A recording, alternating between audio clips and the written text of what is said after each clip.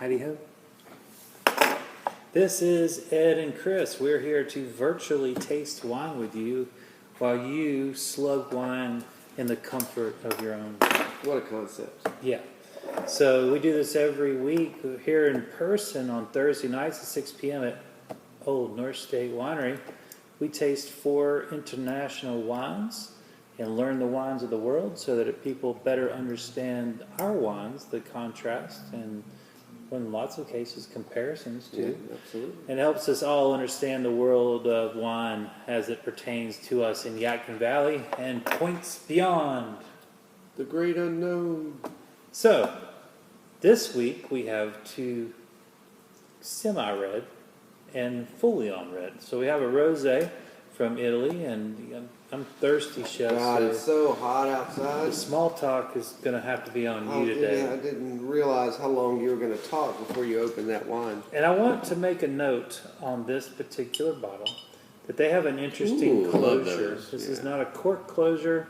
It is a plastic resealable with glass. With glass, it's yeah, heavy, it's it's heavy clinking, glass. yeah. But there's a rubber seal there, so that let's see if it really does work. Oh. So Some that's engineer is very happy. kind of interesting. I don't know if it costs more or less than cork, or if they just want you to remember their winery. But Scaia's been doing these corks or non-corks for a very long time. These closures is probably the proper Yeah, word. my mom, her like day-to-day wine have those. Yeah, cool. Yeah. So yeah. Anyway, it's a novelty. It works. I guess that's what's really important. And for wines, really, that you're not really particularly going to age, it makes more sense. And rosés typically are not meant to age. They're meant Certainly not this one. They're meant for drinking now, and that's what Thank we're going to do right here, right now. So this is the 2020. Really interesting color here. It almost it's pinkish salmon because it's got a little orange in it a little bit. As you can see, this is ice cold and it's super humid, so we see that condensation right there on the bottle. So you know we're drinking it a little bit cooler than probably we should, but Well, our second glass will be more right. proper, or traditional. I know it's not. Most people aren't going to be serving their wines at the proper temperature. I get that, but usually your rosés and your white wines are served too cold. And because it's convenience, you throw them in the fridge, you pull them out, and start drinking them. But if you really want to study your wine and see what the wine could be at different temperatures, don't put it in a chiller. Just let it sit out while you go through your bottle, and you will find a lot of interesting things hidden behind the disguise or the veil of cooler temperatures. There's a reason why they serve Bud Light and Coors Light at ice cold temperatures, because it tastes awful, and coldness will keep you from tasting a lot of things. It's pretty awful ice cold. That's a good point. It's also pretty awful. They're not fooling me. But the point being that now I'm certainly not alluding to that this is a bad wine. I'm just alluding to that you might be missing something good. You're missing something bad with the crappy beers, but you could be missing something good with good wine if it's served too cool. So something to think about when you're. The intensity really comes out when it warms up. Yeah, and I also like the way the texture changes, the fuller mouthfeel usually. So thank you, Scaia, for this really cool closure. And please. If you're watching our video, I'm sorry I served your wine at the wrong temperature. Isn't that interesting? Nose threw me off a little bit. Yeah. Yeah, nose was not rosé. I mean, well, it is rosé, clearly. Didn't have the bouquet of a normal rosé. This is. Now this is not orange. Yeah, absolutely. I would totally agree. This is a very simple, refreshing style of rosé, and that's exactly what it's intended to be. This is from the Rondinella grape, 100% Rondinella, and this is almost always a blending grape in Italy. This is from the Veneto. This is where this vine is about the only place you'll find it. and you'll see that in a lot of things like Valpolicella as well in their blends and things. It's meant to be kind of a bulk varietal in the terms of, if you have really pronounced grapes and you want to kind of extend them out, it's nice to have a varietal that can still bring alcohol, still bring some structure, but not necessarily compete with the flavors. That's where rondinella kind of comes in and is used. We've had, Chef Chris and I have had several of those Valpolicella type rosés that had some rondinella in it. Never, I don't think we've ever had one that's 100% like single this. varietal Right. like this, yeah. So that makes it kind of fun for us. This is kind of a wine for us to little geek out on. But with that being said, this grape, if you look it up, it might say it's unremarkable or just kind of neutral. But this is not a neutral wine. Great acid. Mm-hmm. Yeah. I mean, I think it's a really fun wine. Mm-hmm. This is certainly one of those wines that if you're like Chef when you're at your river house, this would be a great river place. Yeah, and I think this would go with a lot of foods that you eat at the river house. Like Absolutely. Sausages, the chicken that you do We on the did chicken grill. and oysters this weekend. Yep. This past Sunday. They've been great with that. So you're going to have a different flavor profile than you're accustomed to from the rosés that we've served you in the past. And this is not a bad thing. Boy, it's mouth-watering. That's what I'm saying. The acid and mouth water are just... And you're right, that kind of candied orange flavor. It's not sweet, mind you. No. But it tastes more like a candied orange to me than a fresh orange. It has a finish I can't put my finger on. It's not... I love the way that the acidity is pronounced throughout, but it's also not overbearing. It really gets your mouth working. This would be It really does. This would be a great aperitif if you were doing hors d'oeuvres, anything like that. It would be a great way to start your digestive system into knowing that you got a big meal ahead. Gets the anticipation up and going for the meal ahead. It has I just figured out, it finishes a little bitter, but I meant in a good way. Mm-hmm. I like a little bitter on the end of a rosé. Well, and I don't mean like hit maybe the like brakes. a little bit of pith, little orange pith, maybe. Yeah, like the white and the orange. I mean, and I'm certainly not saying it in any negative way. I mean, I like it. I like that finish because it doesn't leave you. Rosés aren't sweet, but they have a honeysuckle quality about them, and this is just goes through a lot of changes. It just says a world of a compliment to Scaia for being able to take a grape that is quote unremarkable and turn it into such a beautiful. I mean, they wine. sure did. And a great value too. Again, we're coming in under $20 once again, and this is one of those wines that you can enjoy. We are creeping up into the dog days of summer. Boy, we are. And boy, if you want something that's delicious and refreshing, that's not going to weight you down, this is the kind of wine that would be perfect for the next couple months of what we're about to get into. July's kind of winding down and temperatures are going up. Humidity as well, which makes it doubly fun. But this is only 12.5% alcohol. Oh, that's great. Which is plenty. That's great. That is plenty of alcohol, but it's also not going to be mind-numbing. Especially, like you say, if it's what you're getting cranked up with, it's what you're starting your afternoon or evening with. You don't want to start it with one of the big boys. You want to have a beer or a glass of rosé first, or several. That's dangerously delicious. And what I like about it is, oftentimes when we're having rosés, it's either Provence style or people that are trying to be like Provence. And this is not trying to do that. The Italians are always trying to do that. This is just a straight up Italian varietal, not trying to be like France, just doing their thing. And I like it. So I hope you like it too. Chef, do you have any food ideas for that one? Yeah, we're not going to do a meat with this, but we are going the smoke route. We're going to do smoked salmon with this. Little goat cheese, caper, cucumber. I think it would be. I think it's going to go great with it. It's going to be bright, but the smoke on the salmon, I think, is going to give it and the fat from the cheese is going to give it the weight it needs to counter all this acid. That'll be perfect. It'll be fun. It'll be fun with it. And the colors match, salmon. They do. And that wine for sure. So. And we'll have a little green with our cucumber and caper. Give it a good little balance, and it's gonna be yummy. Well, we haven't done a rosé in a little bit, so No, I know we haven't. That's I a try fun- not that's a fun one. try not to overdo it with the rosés. I got really excited about them when they were released, and now I'm just kind of had to circle back around with this weather. How in the world? Thank you. How in the world can you not drink rosé when it's this miserable outside? And it is miserable. I mean, it gets depressing just like walking across the yard.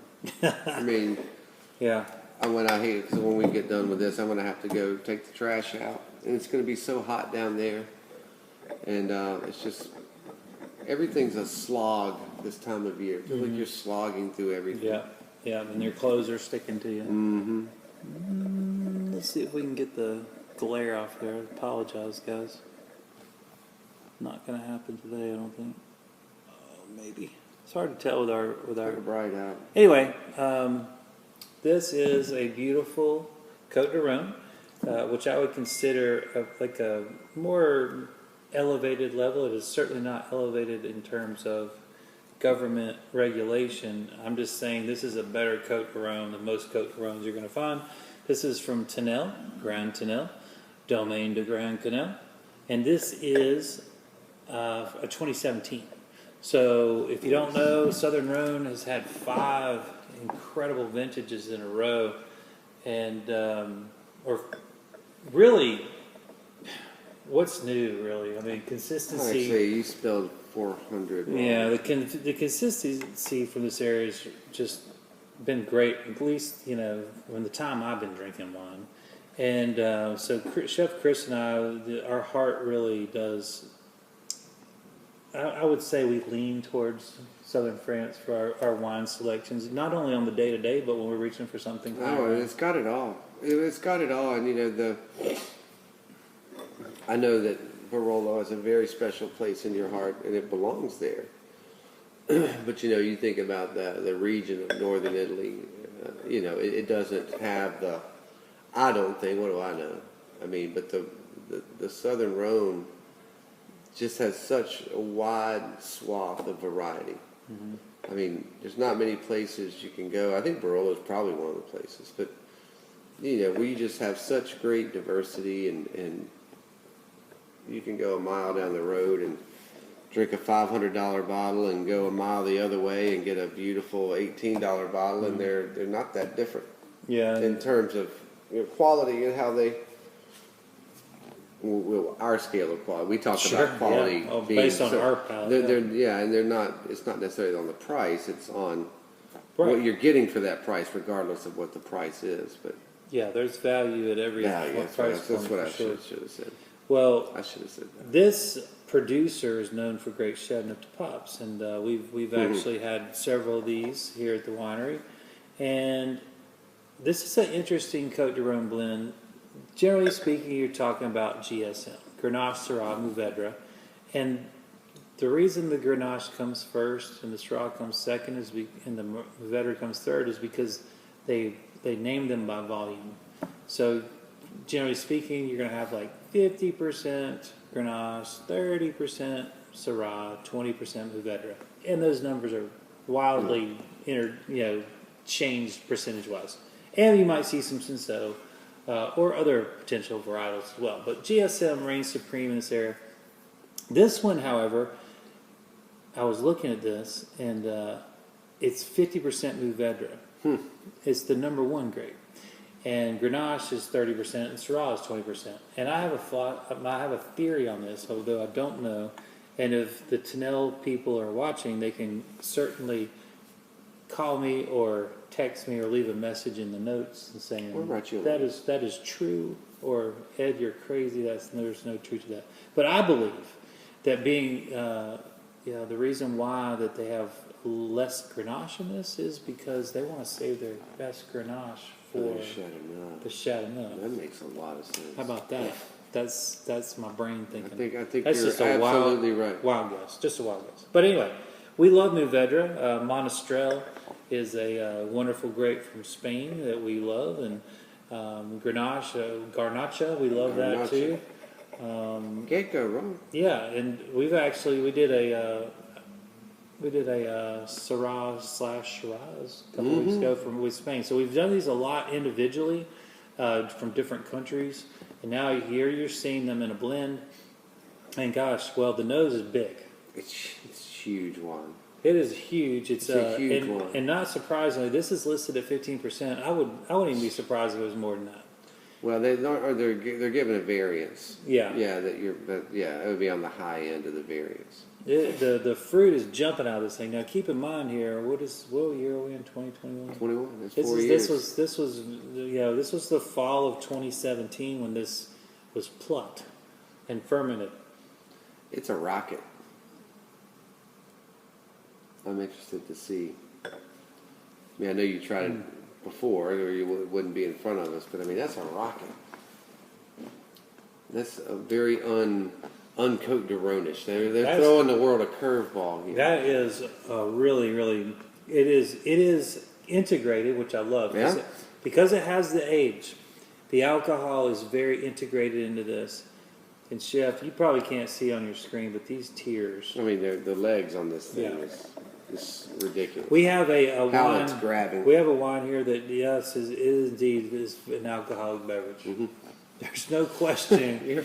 But no, don't get me wrong. It's not like doing shots or anything that. It's just showing you that they had a lot of sun and a lot of sugar in those grapes that turned into beautiful alcohol.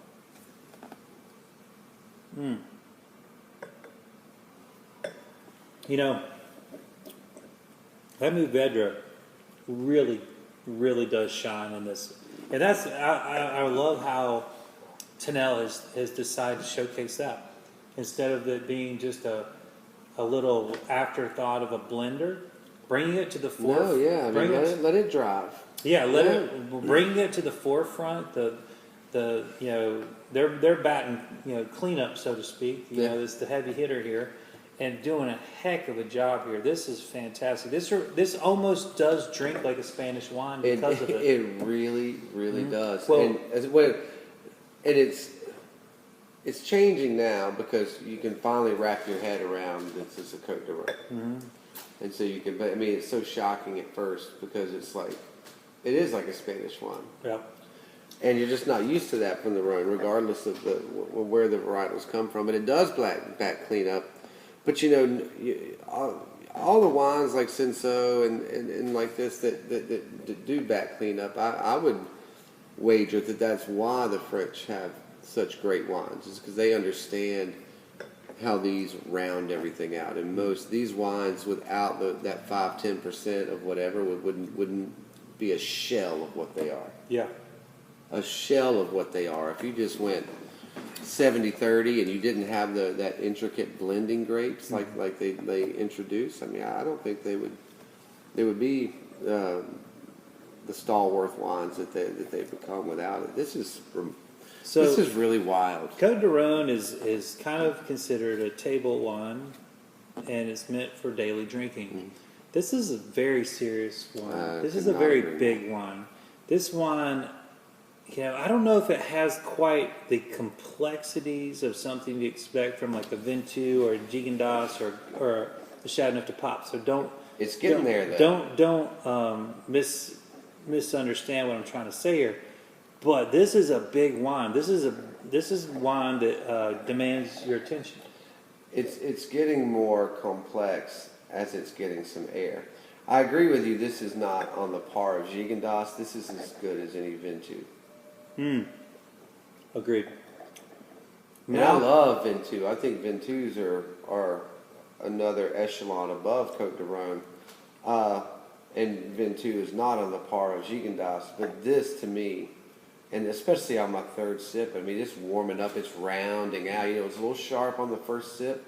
And I think that was more mental than anything, but now I'm really tasting it for what it is. Well, we went from a huge extreme to another. That Yeah, we extremely went to- light it's rosé is extraordinarily in terms of, you know, when you think about rosé, there's about 7 colors you can have, or shades rather.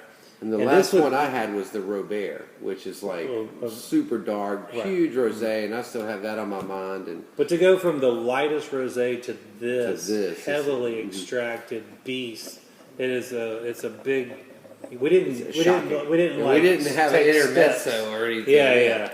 Hey, So- we need to drink a wine in between the wines from now on, so Yeah, that from doesn't now on. happen again. Right. Let's plan on that. So, in other words, you are going to have a very big wine here. I wouldn't say this is a typical Côte de Rhône, but I also wouldn't say it's not Côte de Rhône either. You know, it doesn't. It's not so far.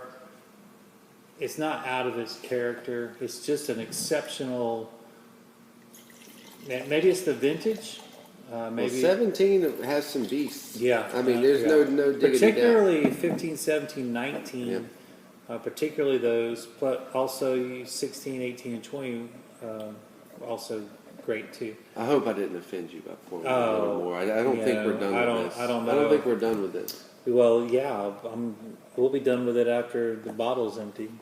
Then we'll be done. Well, Chef. I sure hope you bought more than one of these. Yeah. I feel like I was going to actually ask you how many cases of this are you going to buy? It's going to rhyme with more than one. Man. This is really something else. Now, I don't know if this is your after work No. quaffable one. No. That's not going to be like what the Côte de Rhône that I drink Yeah. on the daily. But that's going to have a place of significance at the Wishart household there. There's a lot of fruit here, a lot of roasted fruit.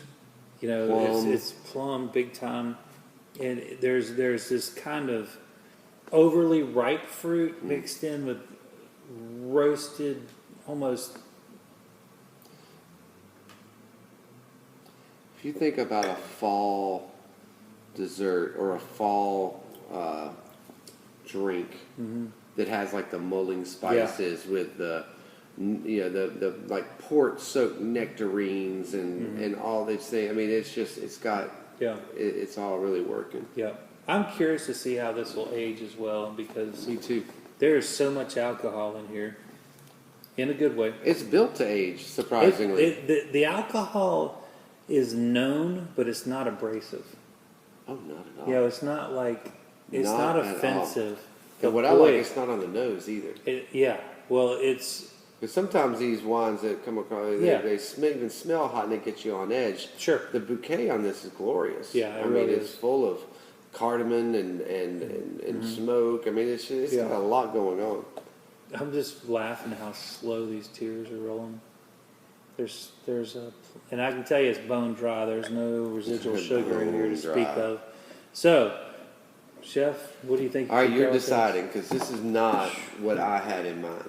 Yeah. Okay. I wouldn't expect it. So we've been kind of doing this lately. I'm gonna throw you a few options, okay? Mm-hmm. And I'm gonna let you do the pairing because you're the genius.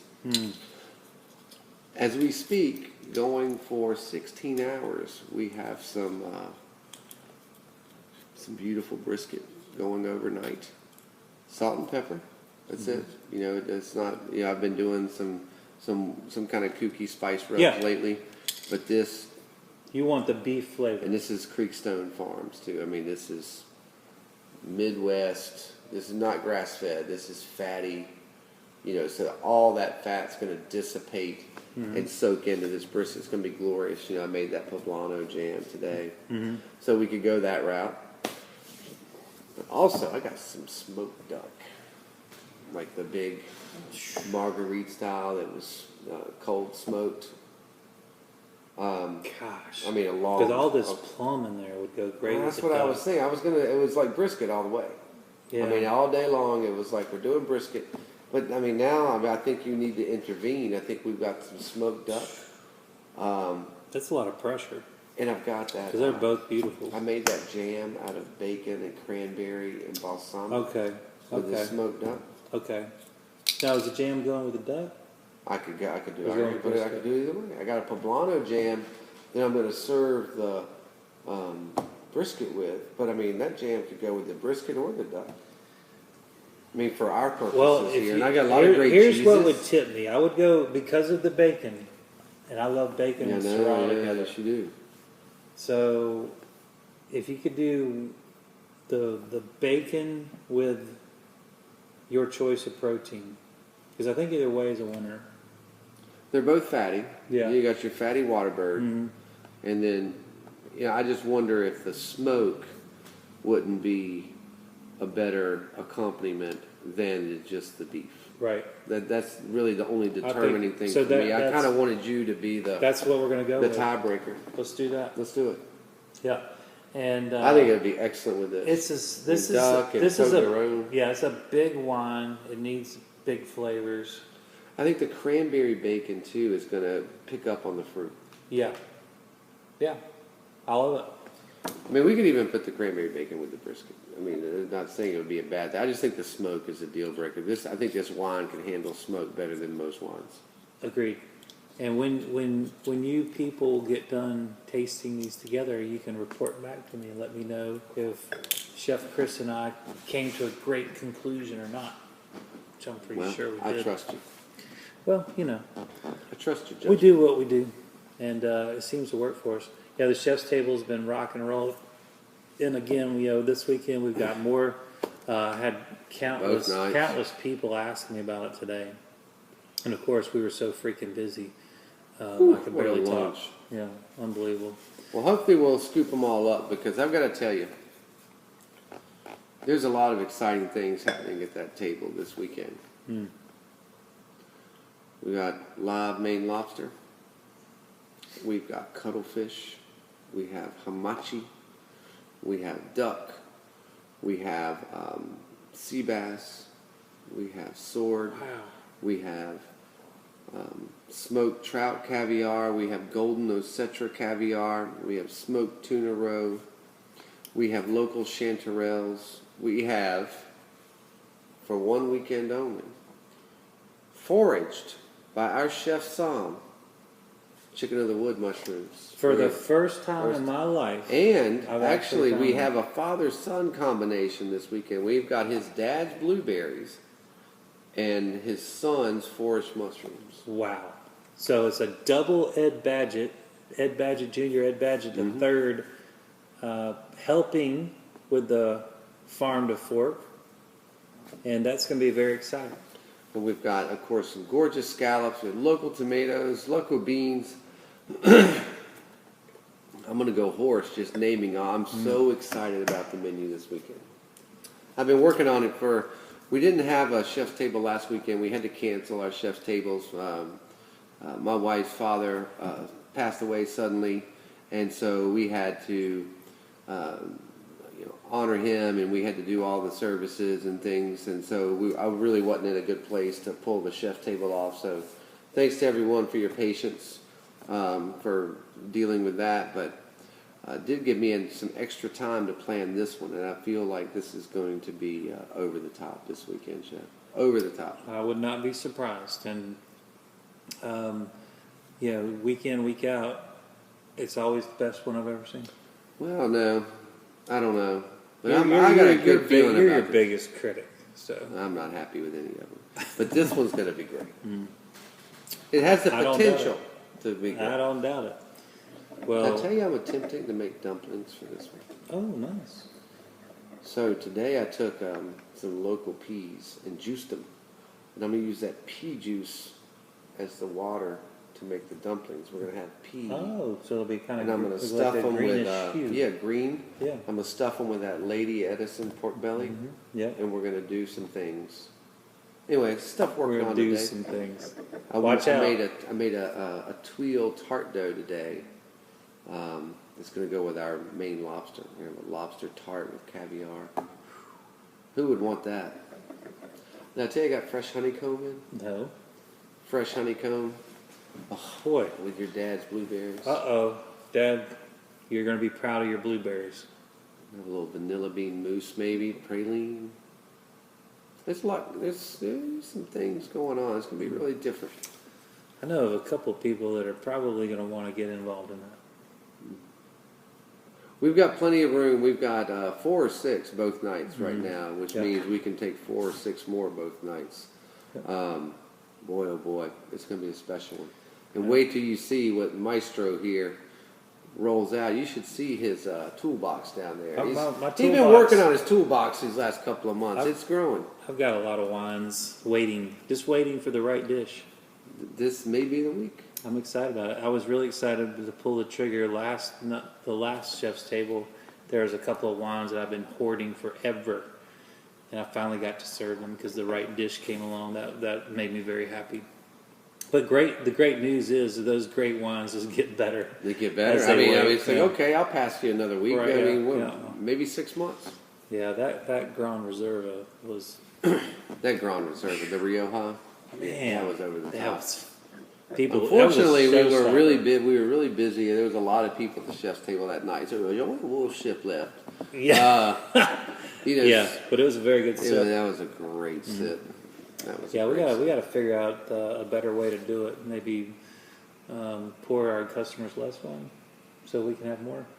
Or none. We could just say these are the wines We'll just tell them what it selected. tastes like. Yeah, we'll just tell Well, them. we're what it just tastes not like. going to serve them to you. Yeah. Well, but yeah, No, we would never do that. fun concept. Yeah. Well, Chef, outside of you and I going to be roasting as we leave this video in the hands of YouTube, anything else we need to throw out there? I can't think of anything. I'm really dreading trash run. Yeah. Well, we appreciate everyone watching. I So know much. I know there's so many people that watch that aren't involved in the virtual wine tasting. We appreciate you watching. It's a lot of fun. All my brothers out there that are watching, it was great to see you in person, and we love to see you out here in virtual land too. And guys, hey, how about a little cheers to everybody out there? Cheers. And we'll Cheers. catch you next week. Santé. Prost. Cien. Yum yum. Take care.